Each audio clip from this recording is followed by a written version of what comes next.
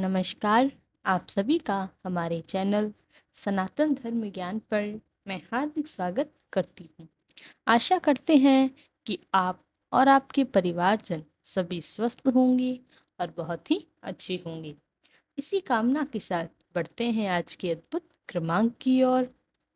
आज का विषय आपने पढ़ ही लिया होगा, तो आज आपको एक ऐसी अद्भुत जानकारी हम देंगे जो कि प्रत्येक अनन्य दर्शक चाहते हो कि हमारे जीवन में भी कुछ ऐसी ही कुछ अद्भुत हो, हमारे जीवन में भी कुछ ऐसा चमत्कार हो जिससे हम अपने जीवन में सही मार्गदर्शन को प्राप्त करते हुए अपने सभी प्रकार के स्वप्न पूरे कर सकें, अपनी मनोकामनाओं को पूर्ण कर सकें। तो आज का जो विषय है वह भी करोड़ों में से किसी एक ऐसे स्वप्न को जो आपको भाग्य पूरी तरह से बदल देगा।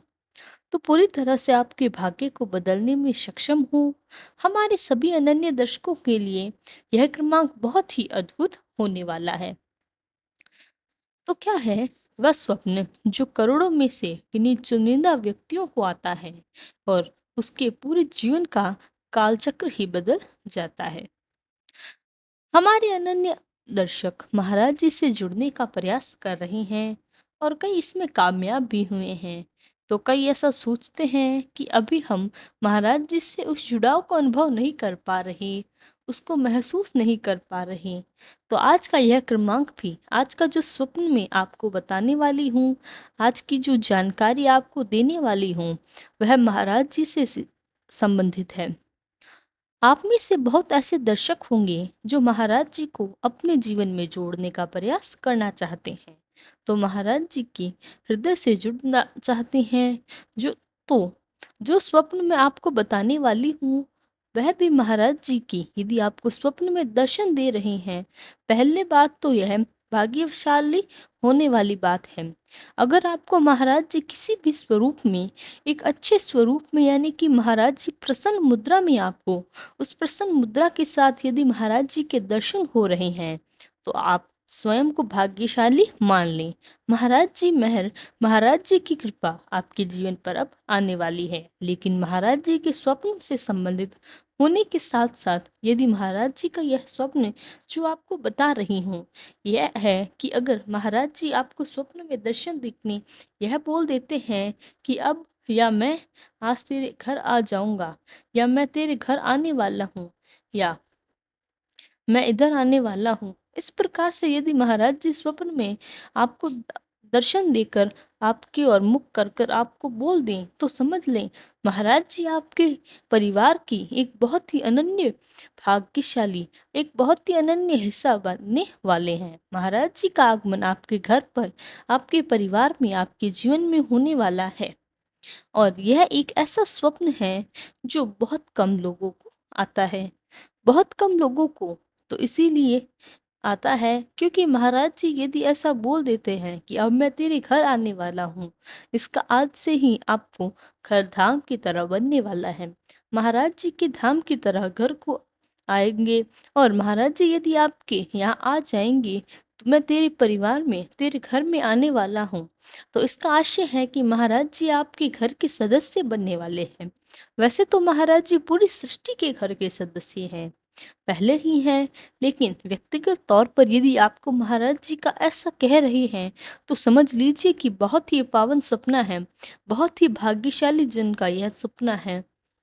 आप बहुत बहुत ही भाग्यशाली हैं यदि महाराज जी आपको यह बोलते हैं। स्वप्न बड़ा ही सामान्य सा होता है, लेकिन इसका जो अर्थ है वह बहुत ही गूढ़ होता है। इसके बाद आपकी जीवन में जो परिवर्तन होने वाले हैं, वह परिवर्तन एकदम ही बहुत ही दुर्लभ भी है, क्योंकि महाराज जी यदि किसी के घर को अपना धाम बनाने का प्रयास कर रहे हैं, तो उसके घर में महाराज जी अपना समय, अपना व्यतीत कर रही हैं, उसके घर में प्रवेश कर रही हैं, तो यह बहुत ही भाग्यशाली जन का यह स्वप्न आता है।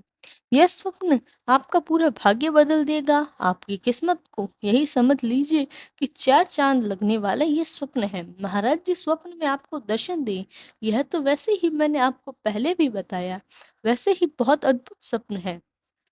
और एक ही स्वप्न इसी के समानांतर है। एक तो यह स्वप्न है कि महाराज जी कहते हैं कि मैं तेरे घर आऊँगा। और एक स्वप्न इसी के समानांतर है कि महाराज जी ने कहा, कुछ नहीं। आपने स्वप्न में देखा कि दरवाजे पर दस्तक हो रही है। आपने दरवाजा खोला और सामने महाराज जी खड़े हैं।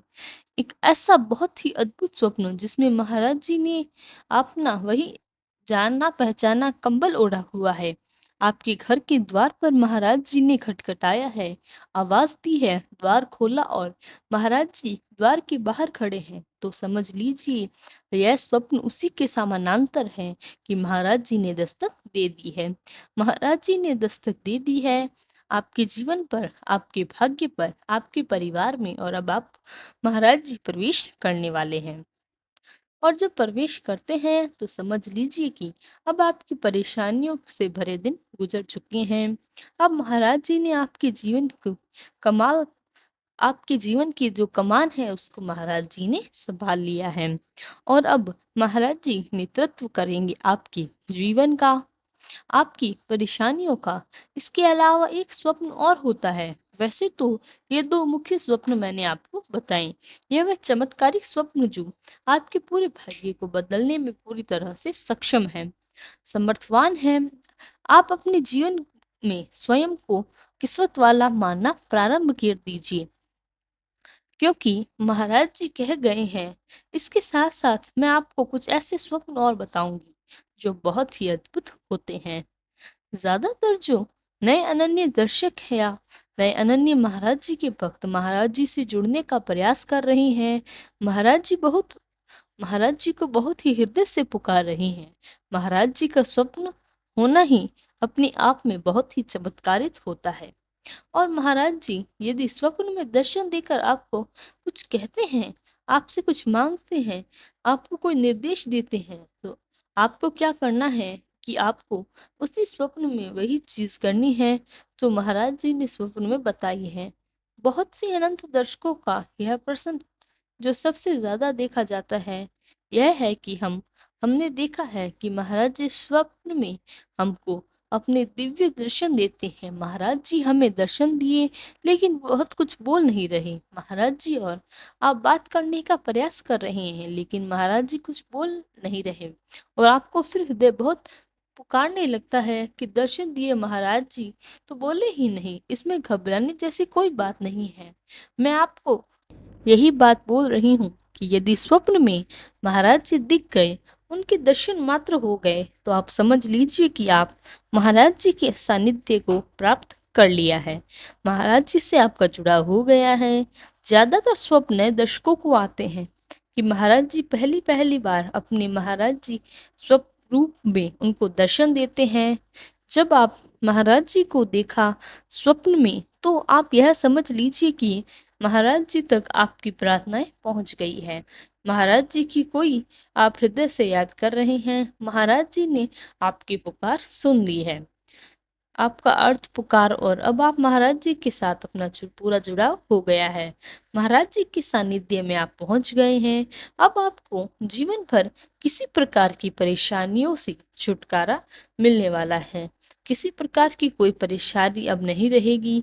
तो उससे ज्यादा सोचना बंद करें, क्योंकि महाराज जी कह गए हैं। महाराज जी अब सब कुछ संभाल लेंगे। यह महाराज जी के हाथ में है कि आपके जीवन को नई दिशा निर्देश देने वाले हैं। उसके साथ साथ मैं आपको एक बात और कहूंगी कि यदि आपके देखा है कि महाराज जी ने आपको दर्शन दिए हैं, अब इसमें बेफिक्र तो हो जाना चाहिए आपको पूरी तरह से, क्योंकि महाराज जी आ गए हैं।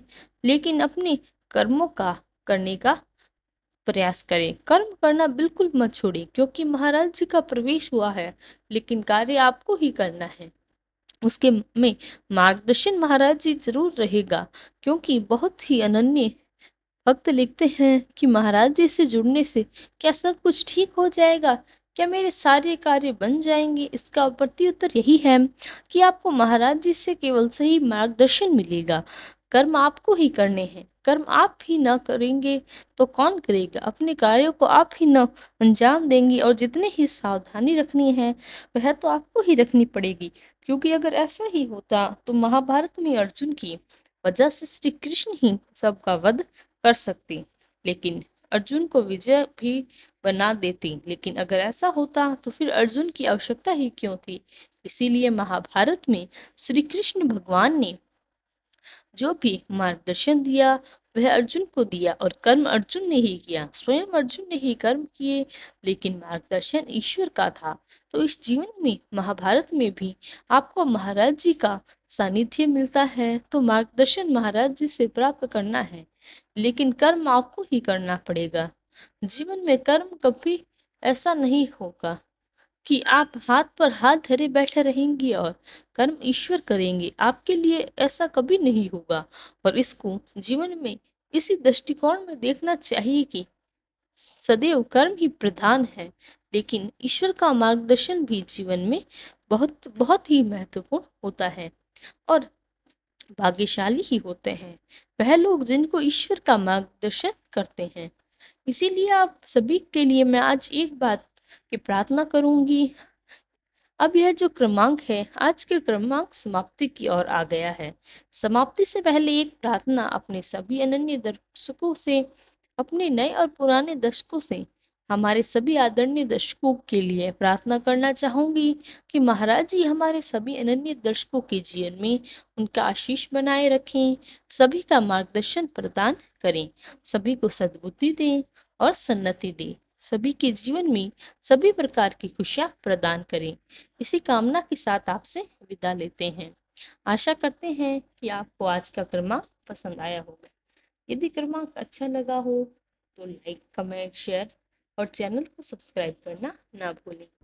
साथ ही साथ यदि आपका कोई प्रश्न है तो हमें कमेंट में लिखकर ज़रूर बताएं, हम उसका प्रत्युत्तर ज़रूर देंगे।